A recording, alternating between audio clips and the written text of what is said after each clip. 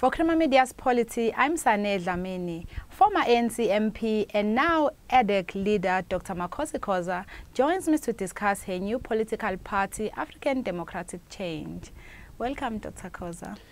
Thank you, Sane, for having me. Yes. Some comrades have been very devastated, actually, and they were saddened by your resignation from the African National Congress. Can you tell us about your history in the party? Well, I've been associated, I had been associated with the ANC since I was 12 years old. That was 1982. And I took the decision to resign from the party last year in September. And it wasn't an easy decision. Number one, I had to ask myself, is the ANC still relevant?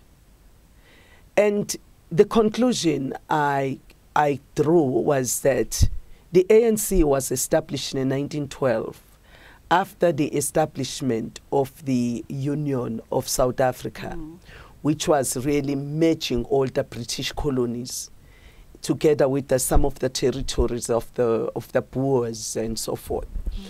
And the African people were excluded. The ANC was then formed as a response to that in 1912.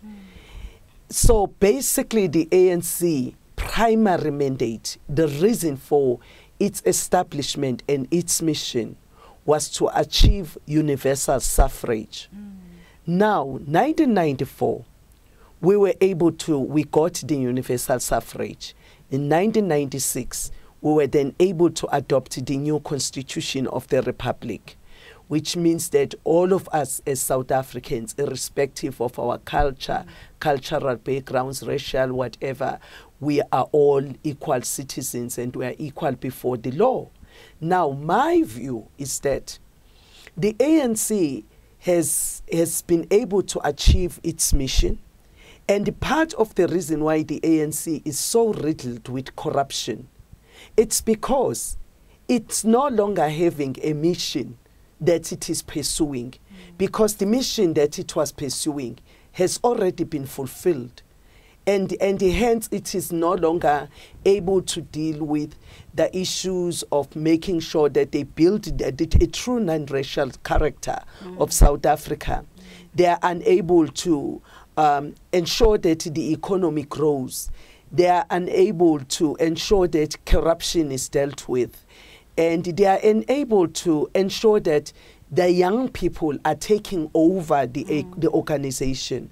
Now, Sane, you know, the ANC elective conference, if you look at the age profile of the people that are in that NEC, you shall see that you are really, and maybe let me just make a good example of their National Working Committee. The youngest person in that executive is Lamula, who is about 40 years old. The other person that may be younger is Togoti Diza. She's over 55 years old. Now, we have a younger population. We need to get South Africans to begin to understand that the future of this country is in the hands of the younger generation. So what inspired you to form this party? Because you could have done better in mathematics. I know you're very passionate about that subject, or even join the civil society. Frankly, I do understand that establishing a political party is very difficult. And one of the things that I'm currently battling with is to ask myself, what exactly do we want to change in this country? And one of the things that I think is going to be very important for us to do in this country is to address the poor quality of education and our performance in mathematics and science. Right now, I'm still trying to figure out whether fighting the elections in 2019 is going to be, whether we have to be fighting the elections in 2019 or whether I should be using this time to entrench all these books that I have published. You know, I've published books with Cambridge University Press. I've also done, I've also published the mathematics one and the dictionary, which has the new alphabetical logic order of isiZulu, because the idea is to elevate African languages as tools of prosperity and participation in intellectual discourse. So one has to find a way of making sure that that doesn't suffer at the expense of really trying to get into parliament. Because at the end of the day, frankly, I'm less about political positions. I'm more about significant change that can impact the majority of our people. I know you've had like other positions like deputy mayor in Pietermaritzburg. I was 26 years old at that time. So it's not a lack, you know, other people are still really participating in politics because they are really after positions. And I've held very senior positions from when I was very, very young. And I've been CEO of SALGA, I've been CEO of the KwaZulu-Natal Local Government Association, I've been the head of public sector finance at Standard and Corporate and Merchant Bank. And really, my life is about being significant. It's really not about making populist noises in parliament. And maybe, in a way, it's a disadvantage on the other hand, because I think the kind of politics that we have in South Africa are very populist. You know, you've seen even the ANC is also talking about expropriating land without compensation. And I'm not going to be supporting something like that. But that's a populist statement. That's a statement that can be, that many people will probably, that will resonate well with our people on the ground. But they won't tell them, you know, the fact that if you are going to do that, number one, you will be negating the Constitution. Number two, if you are going to do that, you are actually going to create you are going to create disunity in South Africa. In other words, you are going to destroy social cohesion in society, because then you are going back into a situation where we are bringing back the racial tensions. And I don't think that's the way of doing things. So I'm saying it's both a good and a bad thing, because in politics, if you want numbers, you've got to be saying lies. And I'm not a good liar. I'm just not a liar. I'm finding it so hard to lie to people and promise them something that I know very well we are not going to be able to achieve. So tell us about the 16 other parties that took part at the 2016 elections. You know, let me tell you, one of the reasons why I agreed to be part of ADEC and to lead ADEC, the African Democratic Change, it was because for a change, it was not an idea of a single political or a single individual who decided that, you know what, I want to start a party and therefore I want to start it. To me, it was really yearning for change, because all these organizations, whether you are talking about Forum for Service Delivery that fought the local government elections in Northwest, and by the way, they have about 37 seats now. They have another seat in local government in the Free State. You are talking about the United Front of Civics. All these organizations that fought local government elections, they have seats around the country. They don't agree with the DA, they don't agree with the ANC, they don't agree with the EFF. They just want to be focusing more on what people want. In other words, they want to move beyond ideologies. They want to focus on what can change the lives of South Africans significantly. And I think that is what attracted me into agreeing, into leading ADEC. And I now have to be balancing what these civil society organizations want in terms of having a voice in parliament. Because the other thing you must understand, the reason why they came together, it was really because only, as you know, in April last year, in 2017, South African marched. They demanded that Jacob Zuma, the President Jacob Zuma, steps down. The African National Congress, ironically, which was when it was formed in 1912, it declared itself as the Parliament of the People. And it became an antithesis when it actually negated what the people were saying. They were not saying ANC, step aside. They were saying ANC, please, we want you to remove Zuma from being the president because he is not promoting a good moral and ethical social fiber. And the ANC didn't listen. So it is within that context that all these organizations felt that they needed to have their voices in parliament. In other words, they are saying civil society must have a voice in parliament. We must not rely on political parties because political parties go to parliament. They are more about ideologies, and sometimes they forget the fact that they get their mandate from the voters. So really ADEC was established to bridge that gap. And it's just going to be something that one will have to balance between having to push this, because I really do feel that African languages have to be elevated. I also feel that I have a role to play in terms of making sure that we promote mathematics and science. And unfortunately for me, because I invented this thing of I'm actually the one that discovered that isiZulu is mathematically formulated, and I reduced it into formulas. I'm the only one that can teach the trainers, people who can teach others, so that it can be rolled out in schools. So I've got to be juggling around, leading this political party, but at the same time, not compromising the mission of getting the younger South Africans to be, mathematically and science savvy. The same way as we all have to be technologically savvy. I mean, we are living in the digital age. What can we do if we don't have mathematics and science? We're not going to be able to participate significantly in the fourth industrial revolution.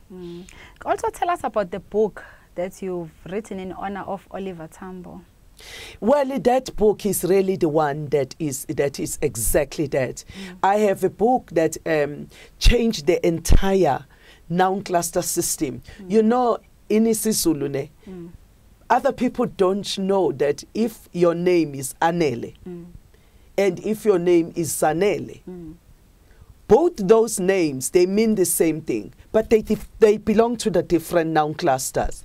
If you say Anele, you are saying probably we've had enough of the girls, of amantombazane. It can't be izintombi. So Anele and Zanele is the same name if you are translating it into English. But if you are going into Zulu, you have to be specific. Because if it's Zanele, we know that it's about izingane. It can't be about amantombazane because izingane belong to a different noun cluster. So that is one book that came with the noun cluster arrangements of isiZulu that bring finality on what the linguist remember that in isiZulu most of what is learned in schools currently is what Doak and Meinhof, a German linguist and a British linguist, have written about our languages. It's the first time that you actually have somebody who speaks the language. And I'm not a linguist, by the way. I'm more of a systems developer that has come up with the language, with a system that is coherent, which is why I was able to discover that actually this language is mathematically formulated. Now, the other textbook, which is dedicated to Oliver Tambo, is the one that actually deals with the mathematics part of isiZulu. For example, a very simple thing, if I were to say to you, translate the word ayazi in English, what would you say? You may say ayazi, you may say they know, right? But I can argue to you and say that word also means don't know. True. Like amantombazane ayazi ukuthi enzani, the girls know what they are doing. Yeah. But if it's singular, intombazane ayazi ukuthi yenzani. It's the same. Now, the only way you can understand that is if you understand that isiZulu is actually pure mathematics. isiZulu, like the same way as you will use the Y factor in mathematics, you use the Y factor here, because in isiZulu you can't have vowels following one another in one word. In isiZulu, there are strict rules that regulates the frequency, the sequencing, and the position of a vowel in a word. And that is why when you are studying this language, you have to understand the noun cluster system. You can't understand this language without leveraging on the abstract science of numbers in order to understand the science of it. And I do believe that Verwoerd picked up that this language was mathematics. Hence he said, no African child can study mathematics. Because he knew that if Africans knew that their language was mathematics, they would be excelling. So I have to be trying to bring that mathematical intelligence, that heritage, back to Africans so that they can excel in the language. So basically, Oliver Tambo loved mathematics so much. And a very interesting study that I did, I went and presented at Saheti, not so far from here. And I also went at St. Stedians. I presented my work to them, you know, on mathematics and the relationship between mathematics and isiZulu. And guess what these teachers told me? All of them, they were saying to me, we never understood why even white children who are good in mathematics, who get straight A's in mathematics, they do well in isiZulu. Wow. And you've just explained, you've just answered something that has been troubling us for a very long time. Because we couldn't understand why children who are English speakers would be doing, who are good in mathematics, will excel in understanding isiZulu. And when I actually showed them, they were like, we are so shocked. You know, we feel like go home and do this thing with any word, any noun word of isiZulu that has prefix isi, okay? Where A, the first vowel, is 1, and your last vowel is 26. Add up your singular word, which is isipuni or isisu or whatever. Add up that, okay? And also add up your plural noun. And I can tell you the factor there is going to be 7. You then have to take the bigger number and subtract the smaller number. It will give you 7 in all the noun words with prefix isi. If you take the noun with O prefix vowel U, the singular noun prefix vowel U, that when they are in plural, they become O, they will always give you 6. No matter what is it, whether it's umama or mama, ukandaganda or kandaganda, ubanana or banana or whatever, it will always give you 6. Think about that. And that's exactly what I'm doing. I want Oliver Tambo in honor of him because he loved the mathematics. He loved the science. South Africa is number 138 out of 138 in the world. We are number last. How can we be number last when we have our own lingua franca that is pure mathematics? It doesn't make sense to me. That's interesting. Going back to politics now, some people have been asking us to ask you, would you go back to the ANC if it happens that Zuma is removed? Frankly, I won't. As I said, the ANC, in my view, has fulfilled its mission. And I told you that the ANC was formed in 1912 as a response to the establishment of the Union of South Africa, which excluded black Africans. Now we have a constitution in the Republic that grants everyone universal suffrage. As long as you are 18 years old, you can vote. Secondly, there is no black nor white now in the new South Africa. Now what we need a new vehicle that is going us to the next, to take us to the next level. I am a feminist. And the ANC, you must remember that in the ANC, took the ANC 30 years to admit women as members in the ANC. And you can see already how the ANC is undoing all the gains that we have made since 1994.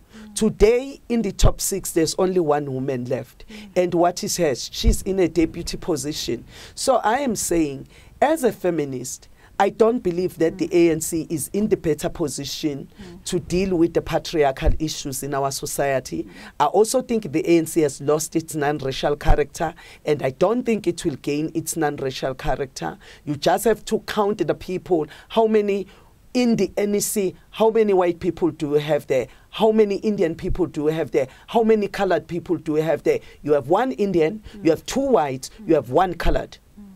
That's what you have in the executive of 86. And I am saying, if you want to build a non-racial character of this country and you want it to unite the society, you